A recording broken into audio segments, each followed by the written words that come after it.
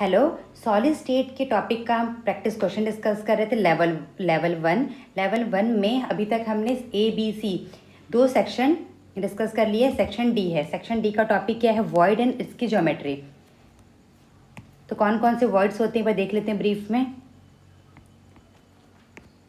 Tetrahedral voids कहाँ होंगे? बड़े क्यूब को मान लेंगे, छोटे छोटे क्यूब्स में वहाँ पे होंगे 8 मिनी क्यूब में। ऑक्टाहेड्रल वॉइड्स एजेस में edge centre plus body centre, और tetrahedral voids along body diagonal.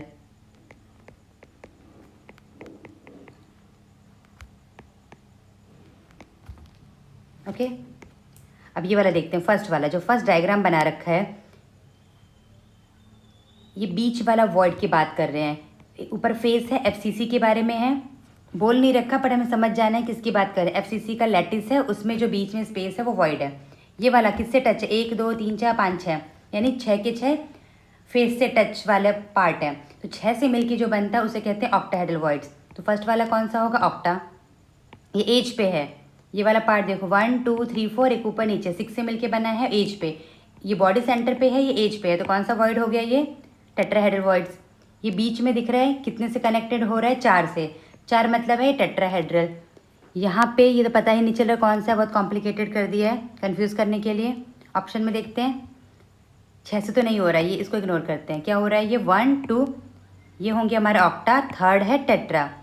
देखते हैं कौन सा ऑप्शन मैच करेगा। 1 2 रिप्रेजेंट ऑक्टा, 1 2 टेट्रा। गलत, ए गलत, टेट्रा ये भी गलत। तो correct answer is C. Answer is सी।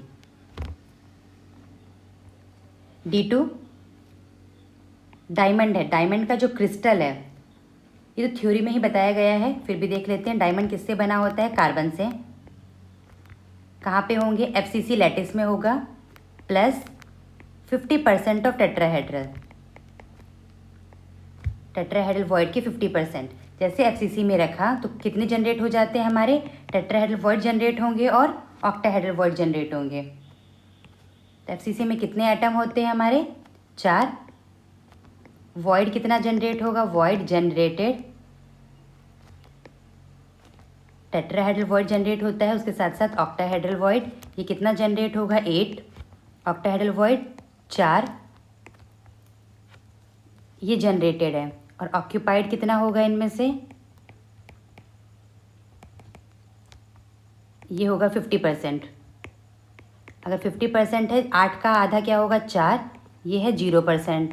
तो यहाँ पे कोई नहीं है। तो कितने एटम हो गए हमारे कार्बन के? 4 यहाँ पे, 4 यहाँ पे। तो आंसर क्या हो जाएगा? 8। तो एक, या डायरेक्ट लिख देते हैं डायमंड में, diamond in diamond unit cell, effective atoms कितने हुए? इफेक्टिव कार्बन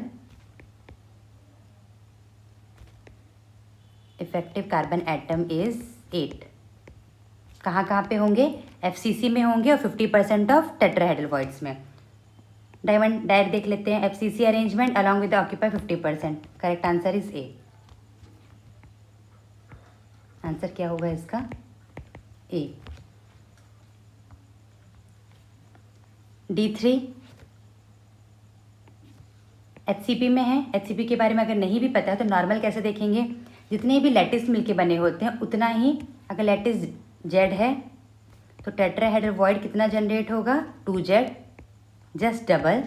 और ऑक्टाहेड्रल वॉइड कितना जनरेट होगा? Z। जो A है, A कहाँ पे है? लैटिस में। मान लेते हैं वो कितने एटम है? Z। और C ऑक्यूपाई हो रहा है टेट्राहेड्रल वॉइड के 2/3 में। ये कितना है? 2Z, 2/3 ऑफ 2Z स्पेस है, ये जनरेट हुआ, मतलब इतना खाली स्पेस बन गया। जरूरी नहीं है कि खाली स्पेस जितना बना है सब में कोई ऑक्यूपाई करे। उसमें कितना ऑक्यूपाई करे? 2/3। तो कितना हो जाएगा? B आया 2 × 2Z/3। B की वैल्यू आई, एक सेकेंड, टेट्राहेड्रल, सॉरी टेट्राहेड्रल नहीं है यहाँ पे, ऑक्टा है।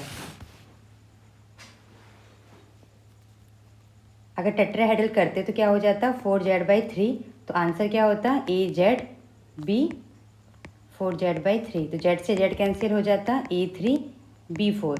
ये कब? जब ये होता टेट्राहेड्रल वॉइड। पर यहाँ पे क्या बोल दिया है? ऑक्टाहेड्रल वॉइड्स, तो ये वाला पार्ट हो गया गलत। जनरेट जितना हुआ है उसका 2/3 यानी इसका 2/3 ऑफ ऑक्टाहेड्रल वॉइड्स। तो ये गलती नहीं करना है, एग्जाम में ये बहुत मिस्टेक होती है, इसको कहते हैं सिली मिस्टेक, जो कि नहीं करना है। 2/3 ऑफ z, तो b कितना हो गया? b नहीं, सॉरी, फिर ये c है। ये होगा 2z/3। a आया हमारा z, b आया 2z/3, z से z कैंसिल, A3, ये b बार बार लिख रही हूँ क्योंकि a भी कॉमन होता है, c यहाँ पे आया है c, तो c की वैल्यू होगी 2, A3C2। तो कंफ्यूज नहीं करना है, ध्यान नहीं रखना, ये a और b को इन्होंने थोड़ा चेंज कर दिया है। देखो C2 कहाँ पे है? ऑप्शन C में, तो D3 का आंसर क्या हो जाएगा? C। D4, in multi layer close packed, multi layer है, उसके अंदर क्या होगा? टेट्राहेड्रल वॉइड और ऑक्टाहेड्रल वॉइड में क्या रिलेशन है? There are twice as many tetrahedral hole as there are closed packed atom. जितने भी एटम क्लोज्ड पैक होंगे उसका डबल टेट्राहेड्रल वॉइड होगा, यानी ये तो करेक्ट बोल रहा है। बी देख लेते हैं, there are as many tetrahedral holes as there closed packed atom, नहीं, उसका डबल होता है, बी गलत। सी, ट्वाइस ऑक्टाहेड्रल वॉइड, नहीं, ऑक्टाहेड्रल वॉइड जस्ट इक्वल होता है। अगर हमारा lattice closed packed atom Z है तो जेड के केस में कितना होगा? ये टेट्राहेड्रल वॉइड्स 2z और ऑक्टाहेड्रल वॉइड्स z, तो ये गलत, करेक्ट आंसर होगा ए। एक मिनट, प्रीवियस वाले क्वेश्चन में क्या था? HCP दे रखा था, यानी जो HCP है उसका यहाँ पे कुछ रोल नहीं है, क्योंकि हमें इससे फॉर्मूला निकालना है। फॉर्मूला में z, उसके हिसाब से ही 2z और z में रिलेशन आ जाएगा। पर अगर एग्जैक्ट पता करना है तब क्या करेंगे? जो HCP है उसके अंदर इफेक्टिव एटम होते हैं 6, तो टेट्राहेड्रल वॉइड कितने बनेंगे? 12, और ऑक्टाहेड्रल वॉइड्स कितने बनेंगे? 6। पर लेकिन यहाँ पे तो फॉर्मूला निकालना कैंसिल हो जाएंगे, इतना परेशान नहीं होना है। चाहे HCP हो या CCP हो, आप नंबर की जगह z मान के करेंगे, लास्ट में वो कैंसिल हो जाएगा। D5, द स्पाइनल स्ट्रक्चर, ये स्ट्रक्चर है स्पाइनल वाला, FCC में कौन है? O2-। FCC में है तो बाकी सब कहाँ होंगे? देखो ध्यान से, FCC का इफेक्टिव एटम होता है 4, ऑक्सीजन FCC में है तो 4 ही है। ये अगर 4 है तो B कहाँ पे है? B के 2 होंगे, 4, 2 और इसका 1, तो ध्यान रखेंगे O कितना है? 4, रिवर्स वे में जाएंगे, B है 2 और A कहाँ पे होगा? 1। अगर हमें ये वाला नहीं पता है स्पाइनल स्ट्रक्चर, तो ऑप्शन को कैंसिल आउट करके करेंगे। तो D5 में जो वाला फर्स्ट देखते हैं, जो कैटायन A कहाँ पे है? A अगर टेट्राहेड्रल वॉइड कितना बनता है? 8 बनेगा, ऑक्टाहेड्रल वॉइड्स बनेगा 4, 8 में से A रहेगा 1, तो कितना रहेगा उसका? 1/8, और B कितना है? 2 का मतलब अगर ऑक्टाहेड्रल वॉइड रहेंगे तो उसका आधा। तो भाई ये हिट एंड ट्रायल मेथड से भी कर सकते हैं। बाकी सारे ऑप्शन में देखेंगे मैच नहीं कर रहा है कि जितना वॉइड बन रहा है उसका कितना परसेंट लें कि वो 2 आए। टेट्राहेड्रल वॉइड 8 है, 8 का कितना फ्रैक्शन ले कि 2 आए? वो होगा 1/8, सॉरी 8 का कितना फ्रैक्शन ले, ये वाला पार्ट ना, कि 1 आए, तो 8 का 1/8 लिख ही देते हैं, इससे बना है ये, तो 8 का आएगा 1/8। ये ऑक्टाहेड्रल वॉइड होता है 4 का कितना फ्रैक्शन ले कि आए 2 एटम्स, तो ये होगा 1/2। Okay. D6, close packed atom n, ये तो बार बार देख रहे हैं कि अगर n है तो कितना उसमें ऑक्टाहेड्रल वॉइड होगा? Exactly equal to n। अगर टेट्रा पूछा जाता तो क्या होता? 2n। इनके बारे में कुछ नहीं बोलना है, वो तो कैंसिल हो गया। जैसे जैसे हम लैटिस को अरेंज करेंगे तो उसमें क्या होगा? बीच में जगह बचेगी जिसको कहते हैं वॉइड। तो वॉइड कौन कौन से होते हैं? 3 को अरेंज किया तो बना ट्रायंगुलर वॉइड। 2D में अगर 4 को अरेंज किया तो बीच में जो बनेगा वो स्क्वायर जैसा होगा, उसे बोलेंगे स्क्वायर प्लेनर। सिंपल क्यूबिक में सारे क्यूब में अरेंज किया, बीच में जो स्पेस बचेगा उसे बोलेंगे बॉडी सेंटर। 4 को अरेंज करने के बाद बीच का जो स्पेस होगा वो होगा टेट्राहेड्रल वॉइड। सबका रेडियस रेशो है, थ्योरी पार्ट में हमने देखा था, जिसको डायरेक्ट लिखेंगे।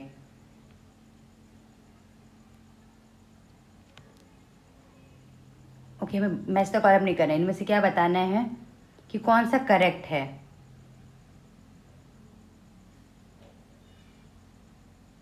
एक सेकेंड, ये तो ऐसे तो कुछ मैच नहीं कर रहा है। आई थिंक इसका नीचे वाला पार्ट मिसिंग है।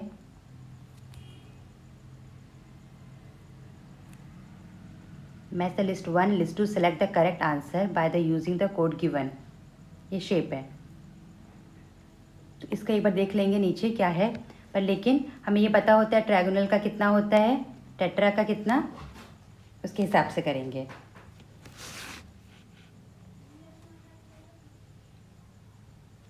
ये क्वेश्चन थोड़ा प्रिंटिंग एरर है। D8 for ionic solid AB formula है, कोऑर्डिनेशन नंबर 6 है। कोऑर्डिनेशन नंबर 6 का मतलब क्या है, 6 एटम से मिलके बनेगा, तो कौन सा वॉइड होगा ये वॉइड होगा ऑक्टाहेड्रल वॉइड। ऑक्टाहेड्रल वॉइड का रेडियस रेशो कितना होता है, यानी कैटायन वर्सेस एनायन, इसका रेशो होता है हमारा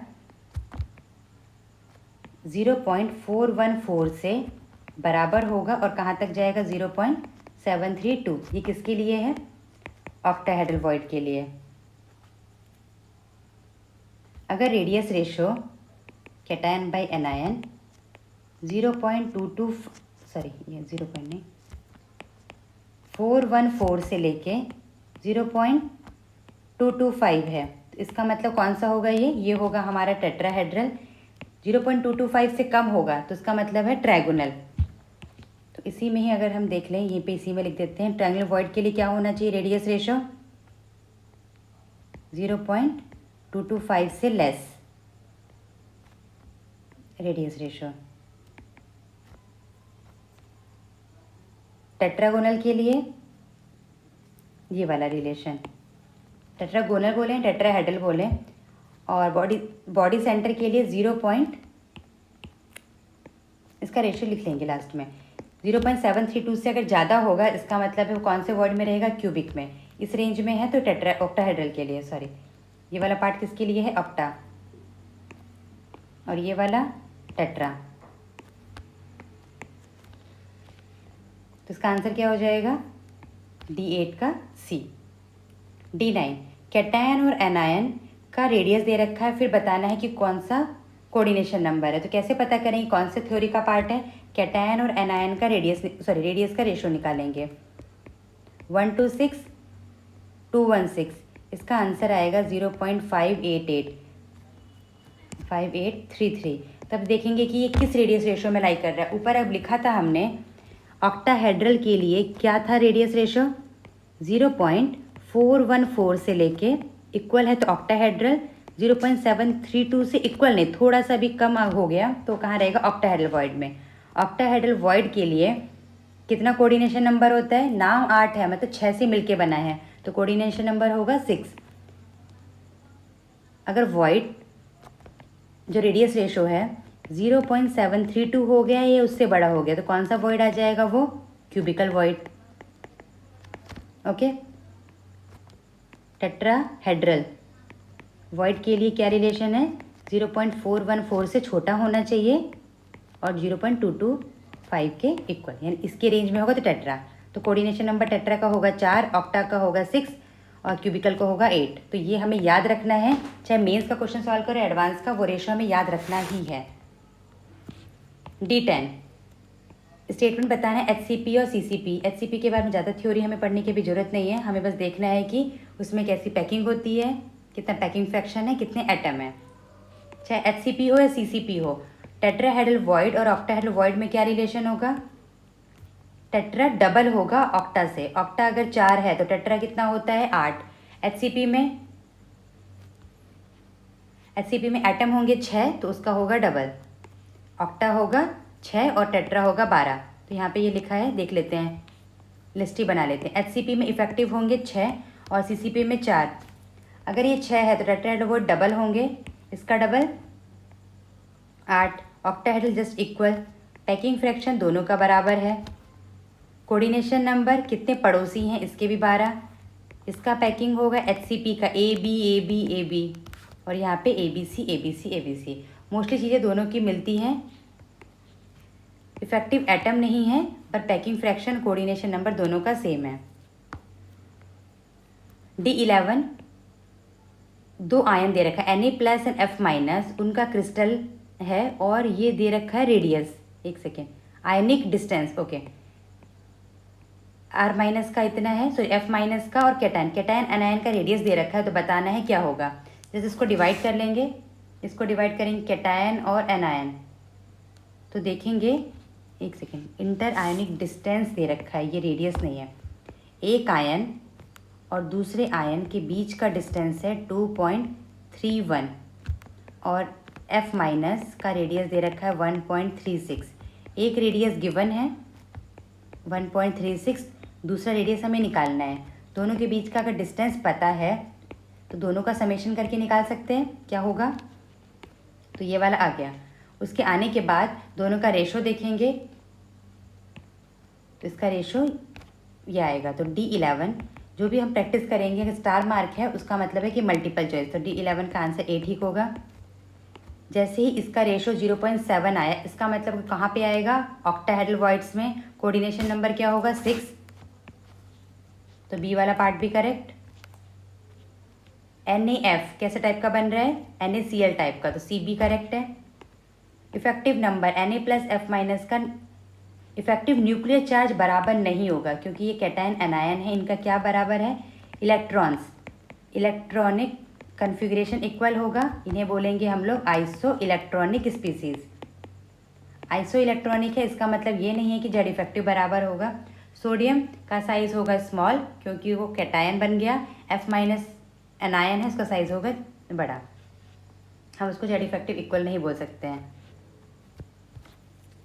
नेक्स्ट क्लास में आयनिक सॉलिड के जो डिफेक्ट्स हैं, शॉर्ट के डिफेक्ट्स, फ्रैंकल, वो सब डिस्कस करेंगे लेवल 1। Thank you.